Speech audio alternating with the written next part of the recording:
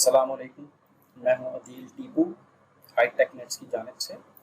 आज हम Google cloud platform का सेकंड मॉड्यूल स्टार्ट करेंगे जिसका नाम है GCP compute services. Google computer engine Linux based और विंडो बेस्ड वर्चुअल मशीन्स पर मुश्तमिल है। जितनी भी इंस्टेंस आप इसमें क्रिएट करते हैं वो आपके एक प्रोजेक्ट से ताल्लुक़ रखती हैं, ठीक है। और एक प्रोजेक्ट के अंदर एक से ज़्यादा इंस्टेंस हो सकते हैं, ठीक है। यानी कि अगर आप एक प्रोजेक्ट बनाते हैं तो उसके अंदर आप एक से ज़्यादा इंस्टेंस चला सकते हैं, ठीक है।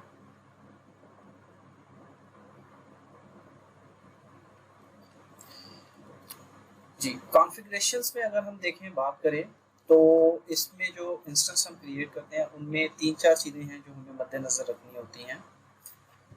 जैसा कि उसका जोन क्या होगा, ठीक है, कौन सा ऑपरेटिंग सिस्टम आप लेना चाहेंगे, लिनक्स बेस्ड है या विंडोज़ बेस्ड है या कोई आप स्पेसिफिक रिक्वायरमेंट करते हैं। मशीन की टाइप क्या होगी, यानी कि जिस मशीन के ऊपर आप चलाना चाहते हैं, ठीक है।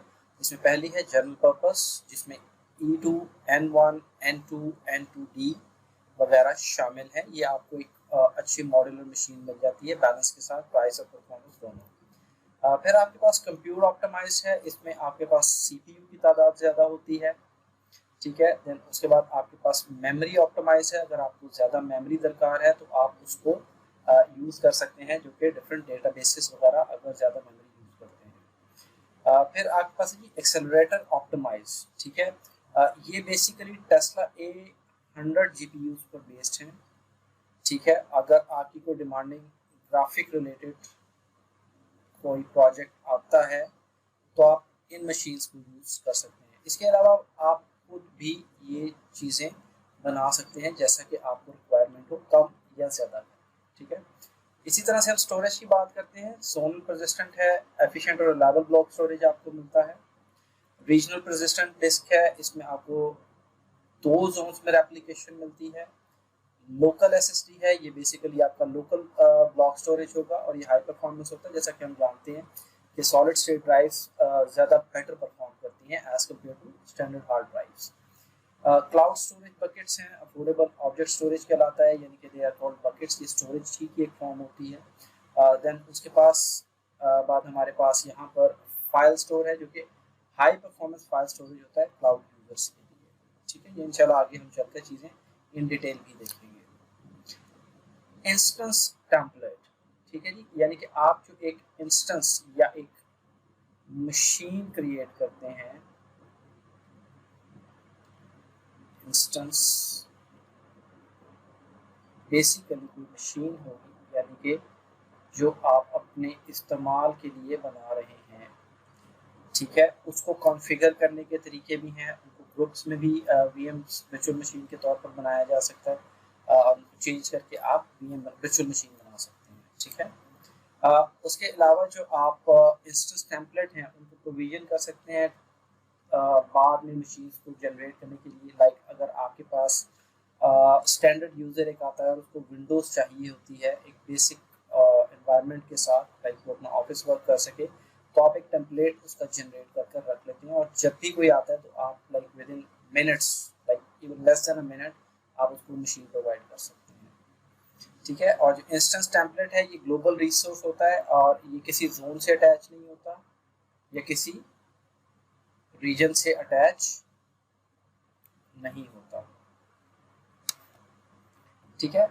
अगर फिर भी आपको कोई जोनल रिसोर्सेज चाहिए किसी खास उसके लिए फिर आपके पास एक प्रॉब्लम नहीं है, लाइक हम उसको कह सकते हैं रिस्ट्रिक्शन आती है कि वो टेम्पलेट जो है जोन में होगा वहीं तक रहेगा, ठीक है। यानी कि वो थोड़ा ग्लोबल नहीं रहेगा, वो लोकल या उस जोन तक महदूद हो जाएगा। तो ये चीज़ भी आप इसमें कर सकते हैं अगर आप लाइक कोई रिस्ट्रिक्टेड मशीन बनाना चाहते हैं और आप चाहते हैं कि उसको हर यूज़र यूज़ ना करे, उसके लिए आप जो है वो जोनल रिसोर्सेज को यूज़ करके वहाँ पे इंस्टेंस टेम्पलेट को रख सकते हैं। ठीक है जी। इंस्टेंस ग्रुप है, इसके बाद ग्रुप जो है basically set of virtual machine होता है, लाइक एक से ज़्यादा, ठीक है। यानी कि हम एक ग्रुप क्रिएट करते हैं और उसके अंदर एक से ज़्यादा मशीन्स को रख देते हैं, like grouping them together. Like हम कह सकते हैं कि ये HR की मशीन्स हैं, इसी तरह से एक और ग्रुप अगर हम बना लेते हैं तो हम कह सकते हैं कि ये जो है मार्केटिंग वालों की मार्केटिंग का ग्रुप है, ठीक है। इस तरह से आप उनको कर सकते हैं। इसके दो मेन काइंड्स हैं VM इंस्टेंस ग्रुप के, ठीक है। First one is manage instance group, यानी कि आप इसको मैनेज करते हैं, आप ऐप्स को ऑपरेट कर सकते हैं मल्टीपल VMs के ऊपर, ठीक है। ये स्केलेबल है और हाईली अवेलेबल होता है। Auto scaling, auto healing, regional multiple zone deployment और ऑटोमेटिक अपडेटिंग को भी आपकी जो है वो सपोर्ट करता है, ठीक है। आप जो MIG है, मैनेज इंस्टेंस ग्रुप जो है, इसको ऑटो हीलिंग के लिए परफॉर्म करवा सकते हैं ताकि आपकी जो सर्विसेज हैं वो बिना रुके चलती रहें, ठीक है। और वो ऑटोमेटिकली क्या करेगा कि वो उसको रिक्रिएट कर देगा, जो भी आपकी इंस्टेंस अनहेल्दी होगी या प्रॉब्लम क्रिएट कर रही होगी उसको वो ऑटोमेटिकली हील करके रिप्लेस कर देगा और आपको ज़्यादा बेहतर परफॉर्मेंस मिलती रहेगी। सेकेंडली जी, unmanaged obviously lets you load balance across the fleet of virtual machine, यानी कि आपको खुद बैठकर उन्हें लोड बैलेंस करना होगा वर्चुअल मशीन्स को, या मैनेज करना होगा, वो तमाम चीज़ें आपको खुद से करनी होगी। जबकि मैनेज्ड ग्रुप के अंदर यहाँ पर ऑटोमेटिकली सब कुछ हो रहा है, ठीक है। ओके जी, managing access to your instance. अब इंस्टेंस को हम चलाते कैसे हैं, ठीक है। लिनक्स इंस्टेंस है, manually create SSH keys in metadata, ठीक है। Uses OS login to associate SSH key with your Google account, ठीक है। यहाँ पर गूगल अकाउंट या G Suite अकाउंट जो होगा उसके साथ उसको अटैच कर देगी, उसके बाद आप उसको एक्सेस कर सकेंगे। अगर आप उसको कनेक्ट नहीं कर पा रहे तो उसके लिए हमारे पास कमांड लाइन टूल और SSH कंसोल भी कर सकते हैं कंसोल के जरिए, ठीक है। इस तरह कंप्यूट इंजन जो है ऑटोमेटिकली वो SSH कीज को जनरेट करता है और उनको अप्लाई कर देता है गूगल अकाउंट या G Suite अकाउंट के ऊपर। अगर आपकी SSH कीज जो OS लॉगिन के लिए यूज हो रही है मेटाडेटा बेस्ड हैं कॉन्फ़िगरेशंस, वो यानी कि जो मेटाडेटा बेस्ड SSH कीज होंगी कॉन्फ़िगरेशन उनकी, वो जो उन इंस्टेंसेस पे होंगी वहां पर डिसेबल कर दी जाती हैं ताकि आप उसको यूज कर सकें, ठीक है। इसी तरह से विंडोज सर्वर है, create password for Windows server. अगर आप विंडोज सर्वर बनाते हैं तो उसके लिए आपको पासवर्ड क्रिएट करना पड़ेगा, ठीक है। फिर है जी बैकिंग अप योर इंस्टेंस, यानी कि आप अपने इंस्टेंस को बैकअप कर सकते हैं इजीली, ठीक है। The backup instances are stored on regional and zonal position disk, यानी कि वो दो जगह पर आपकी बैकअप्स बना लेता है, 2 या 3 जगह पर depending on the type of the backup strategy जो आप चूज करते हैं उसके लिहाज से, ठीक है। और आप उसके स्नैपशॉट्स भी क्रिएट कर सकते हैं। दे आर जस्ट लाइक जो स्नैपशॉट्स होते हैं, they are just like your restore point जो हम विंडोज में यूज करते हैं उससे मिलते जुलते होते हैं, यानी कि एक खास पॉइंट पर एक टाइमलाइन के ऊपर आप उसको सेव कर देते हैं उसका एक इमेज, कि अगर उससे आगे कोई प्रॉब्लम होती है तो वो रिवर्ट करके उस जगह पर वापस आ सके जो कि उसकी लास्ट नोड वर्किंग कंडीशन होती है, ठीक है। स्नैपशॉट्स जो हैं ये भी ग्लोबल रिसोर्सेज होते हैं, आप वहीं पर भी किसी भी चीज़ को रिस्टोर करने के लिए यूज़ कर सकते हैं नई डिस्क के ऊपर, यानी एक नई इंस्टेंस बनाए वहाँ पे ले जाएं। और चाहे वो एक प्रोजेक्ट के अंदर हो, लोकेशन जहाँ पर मर्जी हो, डजेंट मैटर, ठीक है। आपको इस बात की भी इजाज़त है कि आप उन स्नैपशॉट्स को डिफरेंट प्रोजेक्ट्स में भी ले जा सकते हैं, यानी कि हम बात करते हैं P1 एक प्रोजेक्ट है और एक P2 प्रोजेक्ट है, तो यहाँ पर जो आपने स्नैपशॉट बनाए हैं वो आपको दूसरे प्रोजेक्ट में ले जाने की बिल्कुल इजाज़त है, ठीक है। और एक बात याद रखिएगा, जब भी आप इंस्टेंस बनाएं हमेशा उनके स्नैपशॉट्स लें, फर्स्ट एक फ्रेश का लाजमी ले लें, ये एक अच्छी प्रैक्टिस में काउंट होता है। और फिर आप उसको वीकली या डेली, वीकली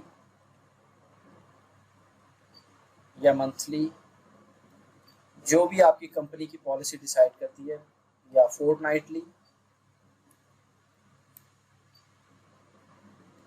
ठीक है, जो भी आप ऑप्ट करते हैं उसको लाजमी बैकअप करते रहें। ठीक है जी। सोल टैलेंट नोड्स जो होती हैं ये फिजिकल कंप्यूटर इंजन सर्वर हैं, जो कि टोटली टोटली सिंगल पर्सन के यूज में है, सोल टेनेंट नोड्स। ठीक है, यानी कि दे आर जस्ट लाइक, आप जैसे कह सकते हैं कि personal, totally personal, totally personal. But obviously अगर आप वो नोट परचेज करते हैं तो वो आपको थोड़ी महंगी भी पड़ेगी, जाहिर सी बात है, वो सिर्फ और सिर्फ आप यूज़ करें, उसके अलावा उसको कोई और बंदा यूज़ नहीं कर रहा होता। इस तरह ये प्री एम्प्टिबल इंस्टेंसेस हैं, ये वो हैं जो आप प्रोविजन कर सकते हैं एट लोअर प्राइस पॉइंट। ठीक है, नॉर्मल इंस्टेंस से। ठीक है, ये आपको सस्ती पड़ती हैं। कंप्यूटर इंजन उनको रोक देता है at any time due to system events. अगर कोई मसला आता है, कोई सिस्टम इवेंट आता है तो उनको रोक भी सकता है। तो इसमें थोड़ा सा ड्रॉबैक ये है, आप कह सकते हैं कि आपको थोड़ी देर का एक डिले मिल सकता है, या कुछ वक्त की देर हो सकती है। परफेक्ट इसलिए है जी, फॉल्ट टॉलरेंट एप्लीकेशन के लिए अगर कोई मसला आता है तो दिस शुड बी स्टॉप। अगर उनको रुकना चाहिए, प्रिएम्प्ट करना चाहिए, यानी कि अगर ये होता है तो ये कर दें। ठीक है, तो उसके लिए एक अच्छी चीज़ है।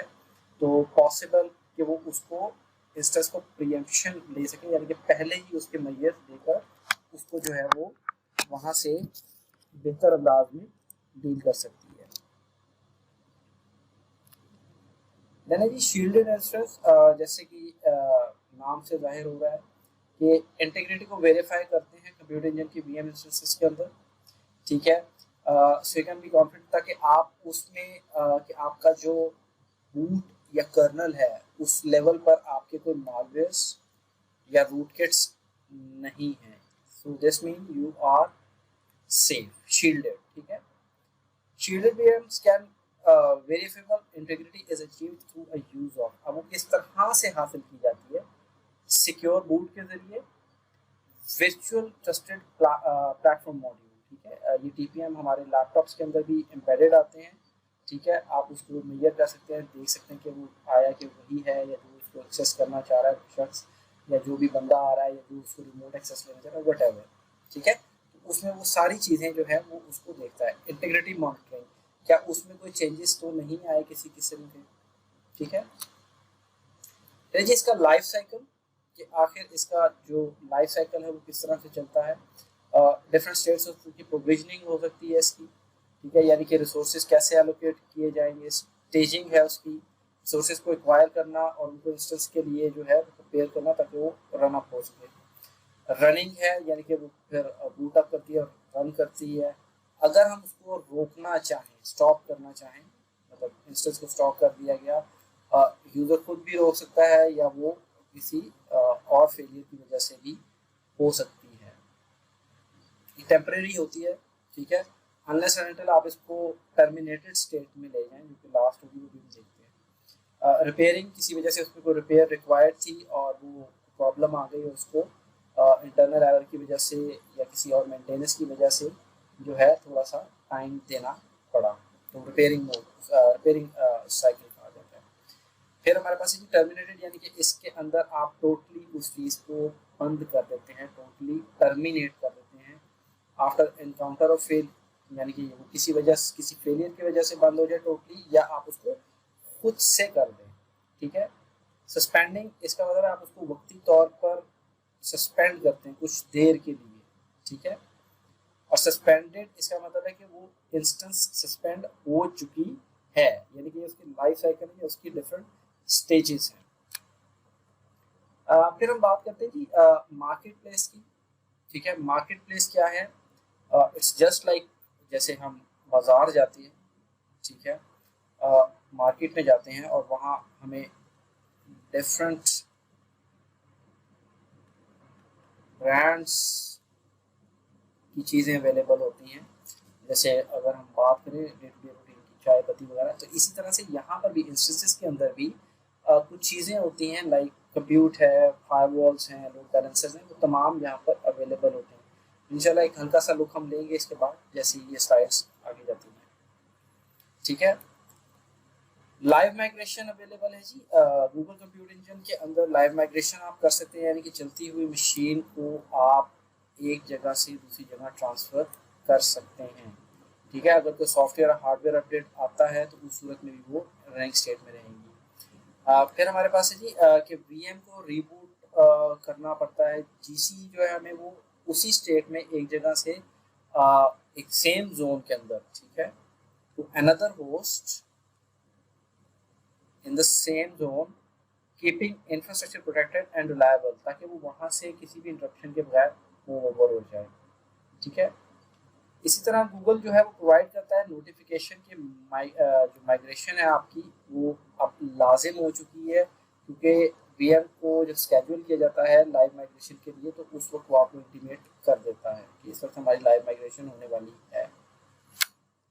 देन जी प्राइसिंग की बात करते हैं। प्राइसिंग में हमारे पास जाहिर सी बात है, अगर हम कस्टम मशीन बनाते हैं तो उसका प्राइस डिफरेंट आएगा और उस हिसाब से हम उसको एडजस्ट कर सकते हैं अपने बजट के लिहाज से। बजट एक इंतहाई इम्पॉर्टेंट चीज़ है जिसको हमें हमेशा मद्देनज़र रखना होता है। ऑब्वियसली अगर आपको एक हाई एंड मशीन की ज़रूरत नहीं है, एक नॉर्मल मशीन से आपका काम चल सकता है, go for that instead of buying a high and machine. ठीक है, तो एक लो एंड या मीडियम स्पेक, ठीक है, और हाई एंड की अगर ज़रूरत नहीं है तो आपने उसको नहीं लेना। ठीक है ना, लाइक सिंपल सी चीज़ है, एक सिंपल मैथ है, तो आपने उसको फॉलो करना है। ठीक है जी, रिजर्वेशन है, आप अपनी वर्चुअल मशीन की रिजर्वेशन कर सकते हैं कि स्पेसिफिक जोन में मुझे मशीन बनानी है तो उसकी प्राइसिंग क्या होगी। ठीक है, फिर डिस्क है, अगर परसिस्टेंट डिस्क चाहिए आपको तो उसकी अमाउंट पर डिस्क के हिसाब से आप प्रोविजन करते हैं जो भी स्पेस, उसके हिसाब से आपको प्राइसिंग चार्ज होगी। प्रीएम्प्टेबल लो कॉस्ट होते हैं, शॉर्ट टर्म इंस्टेंस होते हैं, ठीक है, to run batch jobs and fault tolerant workloads.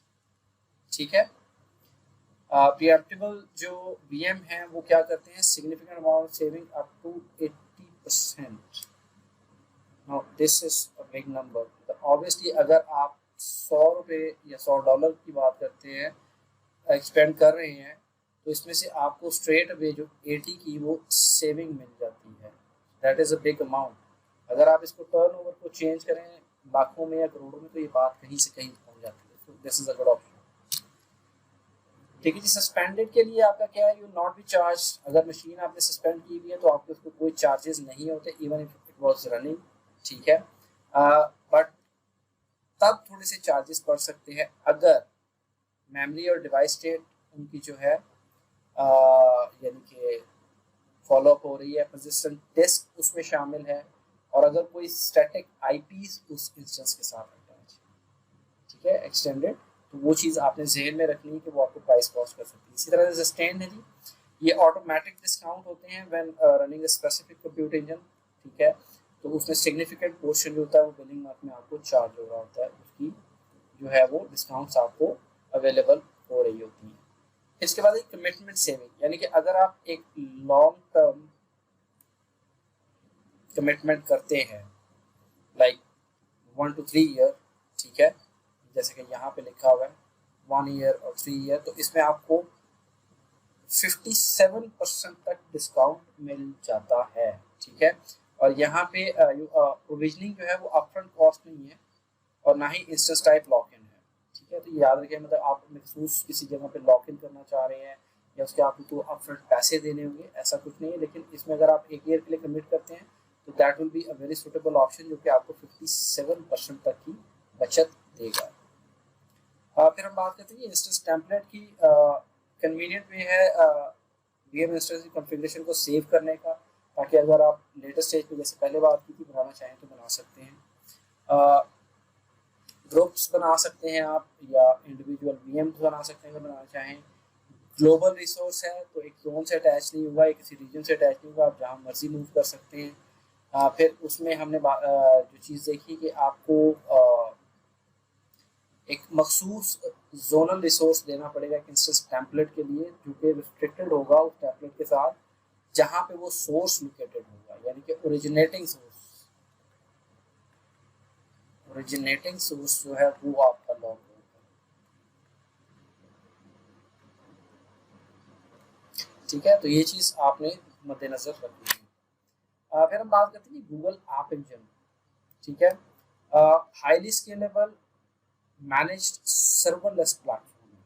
ठीक है, यानी कि अगर आप एक ऐप रन करना चाहते हैं, ठीक है, लाइक जिसको हम समटाइम सॉफ्टवेयर भी कह रहे होते हैं, जैसे हम लाइक ऑफिस यूज करते हैं या कोई और ऐप, व्हाट्सएप है, ठीक है, इसी तरह से कुछ भी और चीजें, तो दे आर कॉल्ड एप्स, तो उसको हम रन कर सकते हैं without server, serverless platform.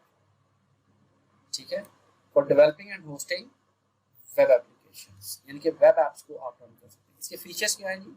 Fully managed environment है, जो कि आपको कंसंट्रेट करने की देता है, जगह देता है अपनी एप्लीकेशन को डिप्लॉय करने के लिए। You don't have to have a server, just like hosting वगैरह, आपको ऐसी कोई चीज़ नहीं चाहिए होती। आप डायरेक्टली इसको सर्वरलेस बेस पे straight away Google app engine के जरिए रन कर सकते हैं।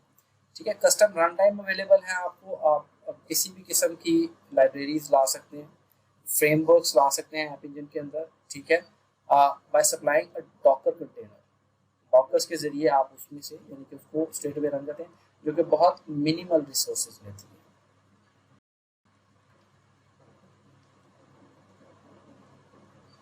ठीक है जी,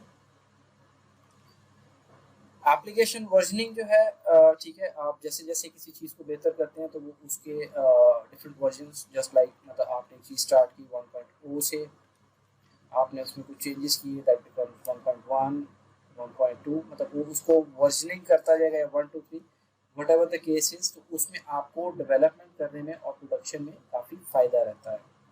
फिर आपको जो ये अलाउ करता है ट्रैफिक को स्प्रेड करने के लिए डिफरेंट एप्लीकेशन वर्जन के दरमियान, आप A B testing, alpha beta testing करना चाहें तो आप उसकी बड़ी आसानी से कर सकते हैं। और आप एक सिंगल ऐप इंजन एक प्रोजेक्ट में बना सकते हैं, just one, you can only create single app engine on each project. अगर आपके पास 10 प्रोजेक्ट हैं तो आप 10 ऐप इंजन भी बना सकते हैं, लेकिन एक प्रोजेक्ट में सिर्फ एक। ठीक है जी, ऐप इंजन का स्टैंडर्ड एनवायरनमेंट क्या है जी, इसको देखते हैं। ये कंटेनर इंस्टेंसेस पर रन कर रहा होता है गूगल इंफ्रास्ट्रक्चर के ऊपर। ठीक है, कंटेनर्स क्या होते हैं? ये बेसिकली प्री कॉन्फ़िगर्ड होते हैं with several available run time, different run times के साथ। एप्लीकेशन कौन सी सपोर्ट करते हैं? जो कि नोड जेएस, जावा, रूबी, सी शार्प, गो, पाइथन, पीएचपी पे आप जो एप्लीकेशंस डेवलप करते हैं वो इन ऐप इंजन के अंदर बड़े आसानी से चल सकती हैं। ठीक है जी, फिर इसकी फ्लेक्सिबिलिटी बहुत अच्छी है। आपको जो अंडरलाइन कंप्यूटर इंफ्रास्ट्रक्चर है उसको आराम से मैनेज करने की वो देता है। एप्लीकेशन दोबारा से जो रन टाइम है आपके सेम है ऑलमोस्ट, और इवन कि आप कस्टम रन टाइम्स भी बना सकते हैं। ठीक है, यानी कि इतना फ्लेक्सिबल है ये। अच्छा जी, अब हम बात करते हैं टाइप्स ऑफ स्केलिंग के। स्केलिंग किस किस तरह की होती है?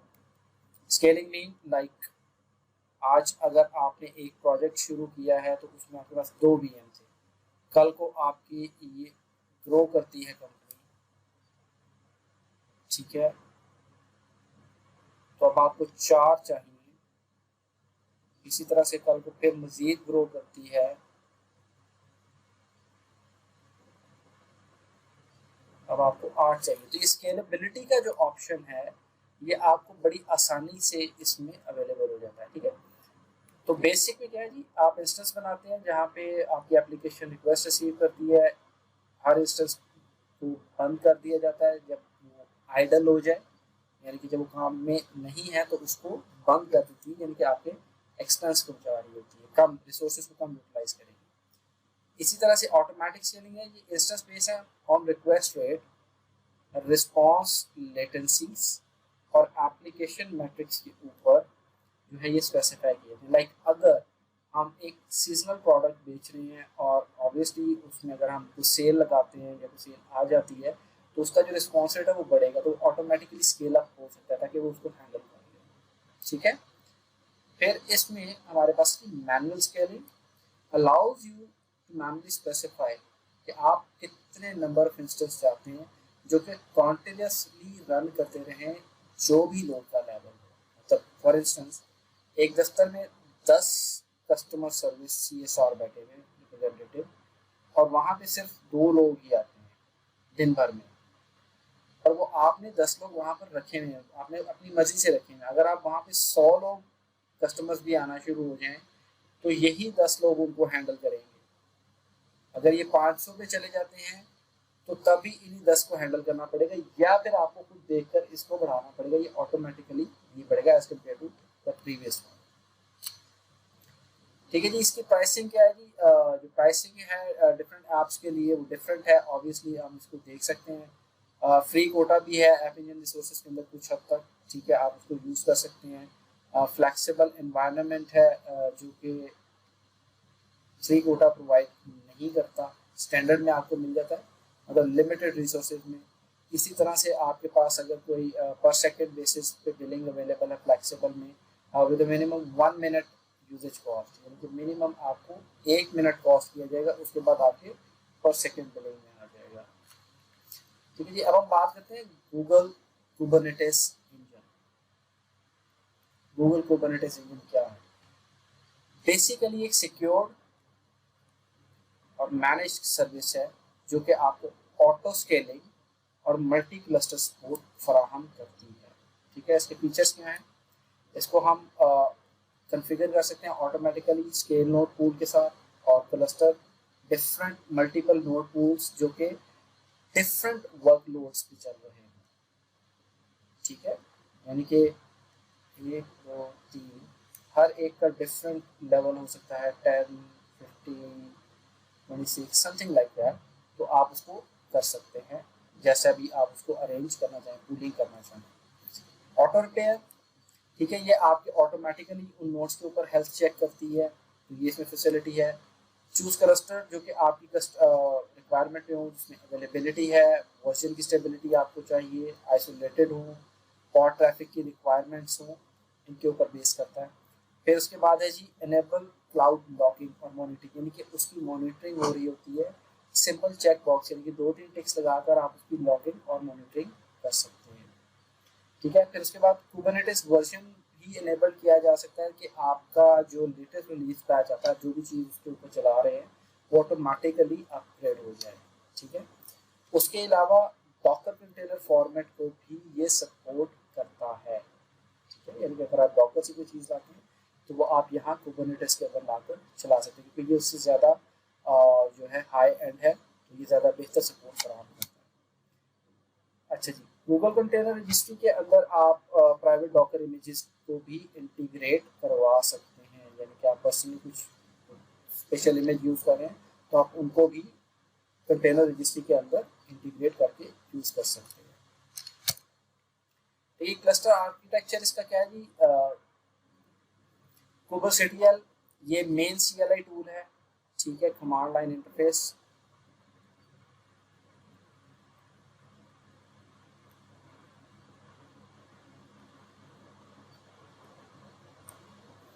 जिसको आप यूज करके कुबरनेटिस क्लस्टर को जो है मैनेज कर सकते हैं। क्लस्टर क्या होता है? बेसिकली डिफरेंट कुबरनेटिस ऑब्जेक्ट को एक जगह कंटेनर के अंदर रखना और run on top of a cluster.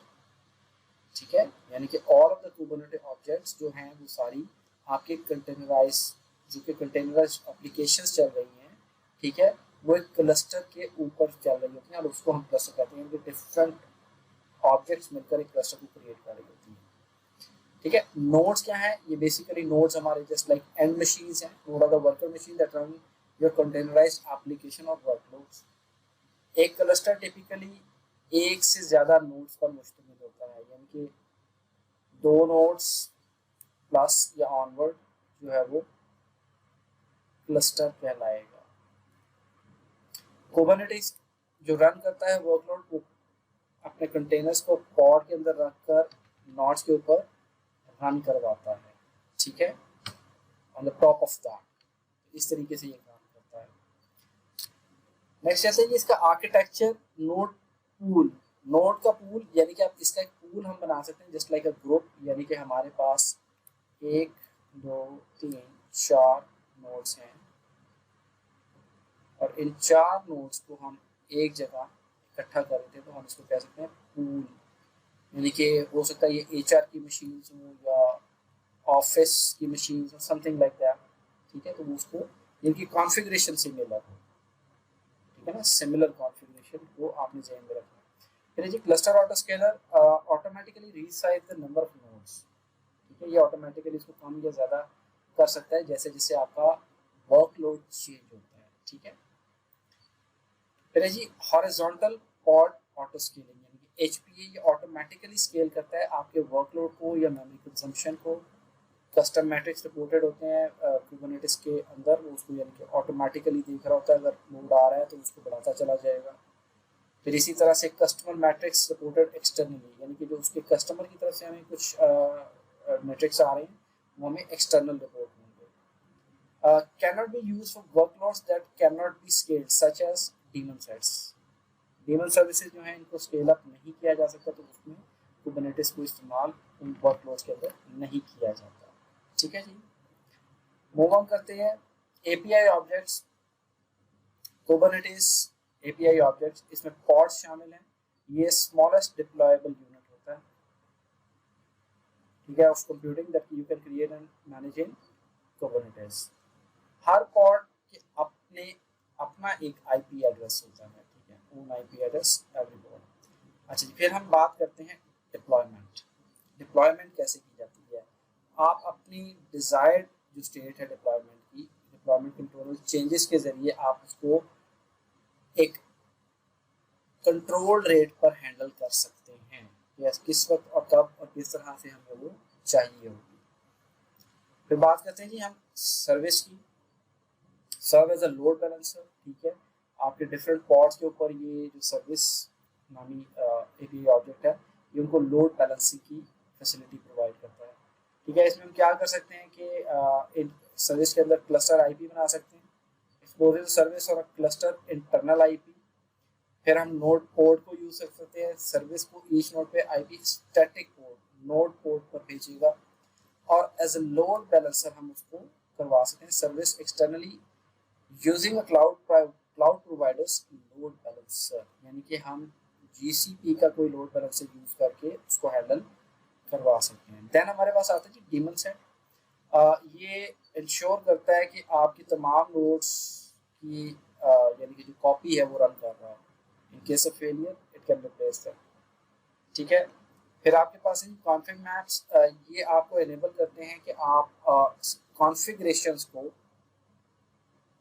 ठीक है, अपने पॉड्स और कंपोनेंट से सेपरेट रखें, उनको मिक्सअप ना होने दें, जिसकी वजह से आपका जो वर्कलोड है वो पोर्टेबल रहता है, ठीक है, मतलब कीपिंग थिंग्स अपार्ट, वो अलग-अलग होंगी, आपके पॉड्स आपके कंपोनेंट अलग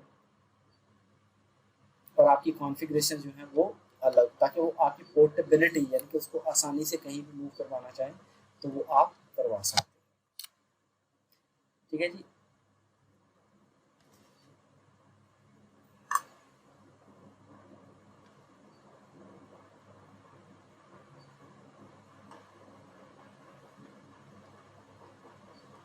जी अब हमारे पास आता है जी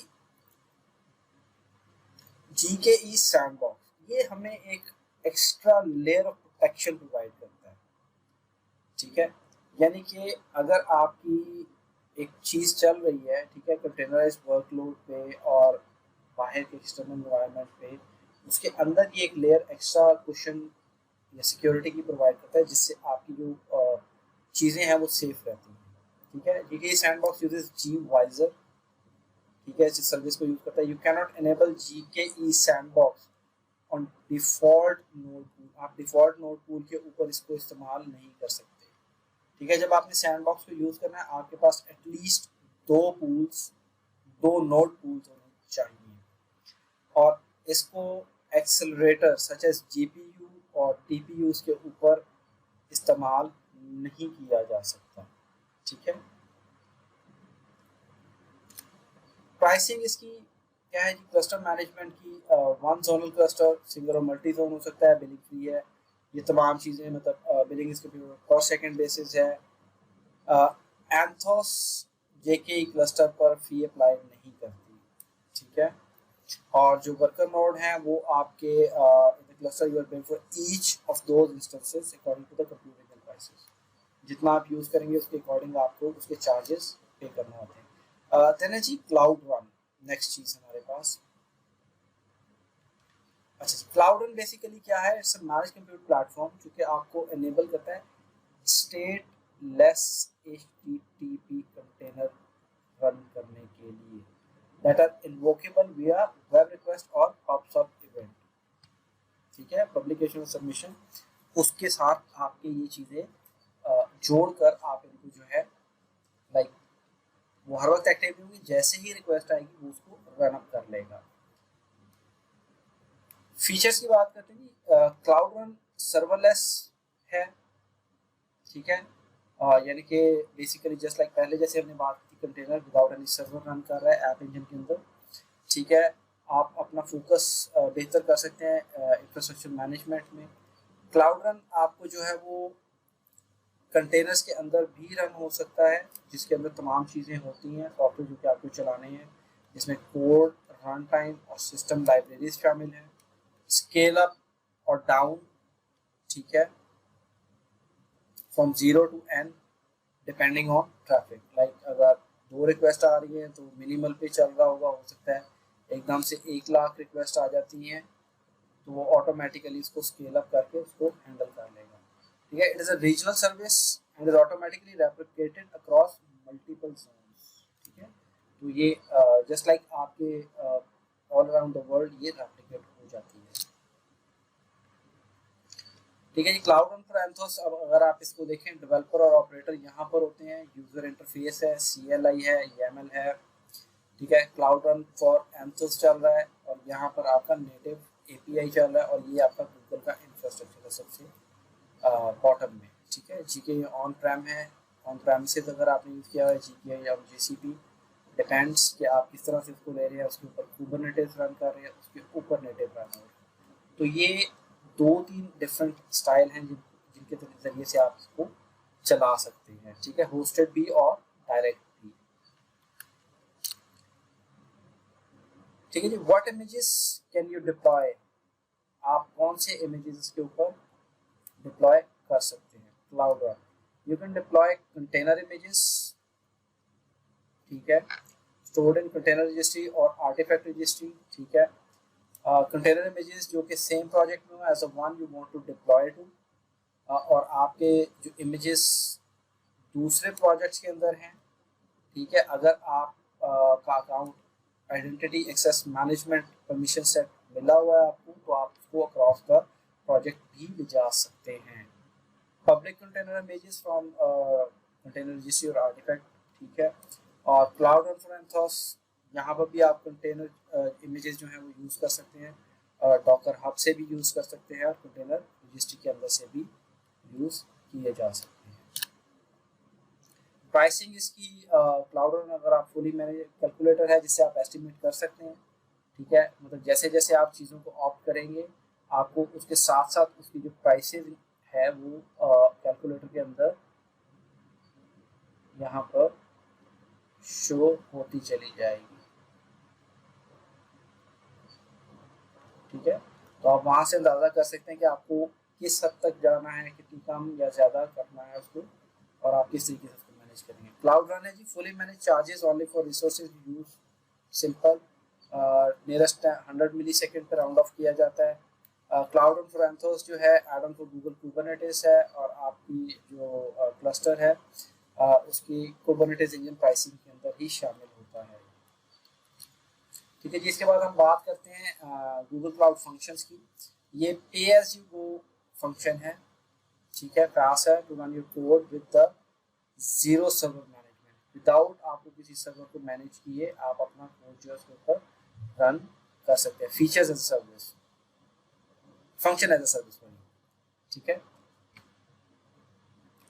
ये फंक्शन एज अ सर्विस है पे एज यू गो जिसको आप यूज कर सकते हैं। फीचर्स इसके क्या है, कोई प्रोविजनिंग नहीं चाहिए, मैनेज नहीं करना पड़ता और अपग्रेड नहीं करना पड़ता सर्विस को, पे क्लाउड फंक्शंस हैं जो कि Node.js, Python 3, Go और जावा के अंदर लिखे जा सकते हैं, यानी कि आप उनको यूटिलाइज स्क्रिप्ट बनाकर वहाँ पर यूटिलाइज कर सकते हैं डिफरेंट फंक्शंस में, ठीक है। ऑटोमेटिकली स्केल करता है ये on the basis of load without thinking about the infrastructure, बस ये जस्ट सिंपली जस्ट उसको रन अप कर देगा बिना सोचे समझे।